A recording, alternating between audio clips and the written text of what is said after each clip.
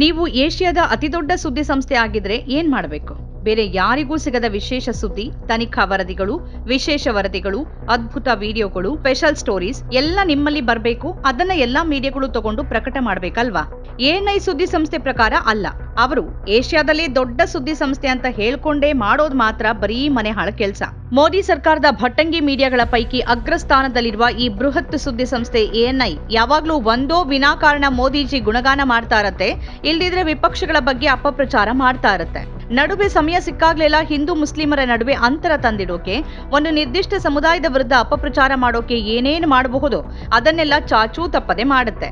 ಈಗ ಅಂಥದ್ದೇ ಮತ್ತೊಂದು ಪ್ರಯತ್ನ ಮಾಡಿರುವ ಎಎನ್ಐ ಸಿಕ್ಬಿಟ್ಟಿದೆ. ಖ್ಯಾತ ಫ್ಯಾಕ್ಟ್ ಚೆಕರ್ ಮೊಹಮ್ಮದ್ ಜುಬೇರ್ ಅವರು ಎಎನ್ಐ ಮಾಡಿರುವ ತೀರಾ ಕೀಳುಮಟ್ಟದ ಪ್ರೋಪಗಂಡ ಕೆಲಸವನ್ನ ಬಯಲು ಮಾಡಿದ್ದಾರೆ. ದುಬೈನಲ್ಲಿ ನಡೀತಾ ಇರುವ ಚಾಂಪಿಯನ್ಸ್ ಟ್ರೋಫಿ ಪಂದ್ಯಾವಳಿಯಲ್ಲಿ ಭಾರತ ಕ್ರಿಕೆಟ್ ತಂಡದ ಪ್ರಮುಖ ಬೌಲರ್ ಮೊಹಮ್ಮದ್ ಶಮಿ ಮೈದಾನದಲ್ಲಿ ಪಾನೀಯ ಕುಡಿಯುವ ಫೋಟೋ ಹಾಗೂ ವಿಡಿಯೋ ವೈರಲ್ ಆಗಿತ್ತು. ಮುಸ್ಲಿಮರು ದಿನವಿಡೀ ಉಪವಾಸ ಆಚರಿಸುವ ರಂಜಾನ್ ತಿಂಗಳು ನಡೀತಿರೋದ್ರಿಂದ ಈ ಫೋಟೋದ ಬಗ್ಗೆ ಒಂದಷ್ಟು ಚರ್ಚೆ ನಡೆದಿತ್ತು. ಅದರ ಬೆನ್ನಿಗೆ ಎಎನ್ಐ ಶಹಾಬುದ್ದೀನ್ ಎಂಬ ಹೆಸರಿನ ಮೌಲ್ವಿ ಅಂತ ಹೇಳ್ಕೊಡುವ ಒಬ್ಬನ ವಿಡಿಯೋ ಹೇಳಿಕೆ ಪಡಿತು. ಅದರಲ್ಲಿ ಈ ಶಹಾಬುದ್ದೀನ್ ನೇರವಾಗಿ ಶಮಿ ಉಪವಾಸ ಇರದೇ ಇದ್ದದಕ್ಕೆ ಆತನ ವಿರುದ್ಧ ಫತ್ವಾ ಜಾರಿ ಮಾಡಿಬಿಟ್ಟ.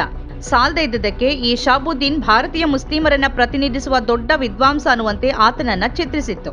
ಶಮಿ ವಿರುದ್ಧ ಶಹಾಬುದ್ದೀನ್ ಕೊಟ್ಟ ಹೇಳಿಕೆಯನ್ನ ಎಲ್ಲ ಚಾನೆಲ್ಗಳಿಗೆ ಹಂಚಿದ ಬಳಿಕ ಎಎನ್ಐ ಇತರ 10 ಮಂದಿ ಬಳಿ ಹೋಗಿ ಅದೇ ಶಹಾಬುದ್ದೀನ್ ಹೇಳಿಕೆಗೆ ಪ್ರತಿಕ್ರಿಯೆ ಕೇಳಿ ಅವರ ಹೇಳಿಕೆ ಪಡೆಯಿತು. ಅವರಲ್ಲಿ ಒಬ್ಬೊಬ್ರು ಒಂದೊಂದು ರೀತಿಯಲ್ಲಿ ಶಹಾಬುದ್ದೀನ್ ಹೇಳಿಕೆಗೆ ಪ್ರತಿಕ್ರಿಯಿಸಿದ್ರು. ಅಲ್ಲಿಗೆ ಶಹಾಬುದ್ದೀನ್ ಎಂಬ ದೊಡ್ಡ ಮೌಲಾನ ಒಬ್ರು ಮೊಹಮ್ಮದ್ ಶಮಿ ವಿರುದ್ಧ ಫತ್ವಾ ಕೊಟ್ಟಿದ್ದಾರೆ.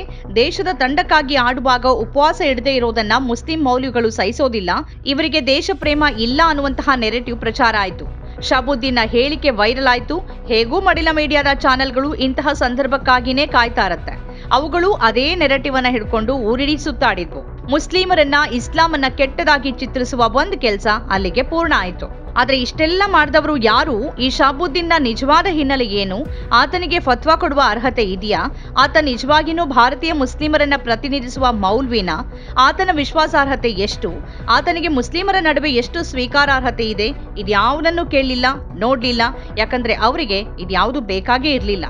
ಅವರಿಗೆ ಗಡ್ಡ ಟೋಪಿ ಇರುವ ಒಬ್ರು ಸಿಕ್ಕಿದ್ರೆ ಸಾಕು, ಅವರನ್ನ ಬಳಸ್ಕೊಂಡು ಅವರನ್ನೇ ಇಡೀ ಮುಸ್ಲಿಮರ ಅಧಿಕೃತ ಪ್ರತಿನಿಧಿ ಅನ್ನುವಂತೆ ಚಿತ್ರಿಸಿ ತಮಗೆ ಬೇಕಾದ ಹಾಗೆ ಮಾತಾಡಿಸಿ ತಮಗೆ ಬೇಕಾದ ನೆರೆಟಿವ್ ಸೆಟ್ ಮಾಡ್ಬಿಡ್ತಾರೆ.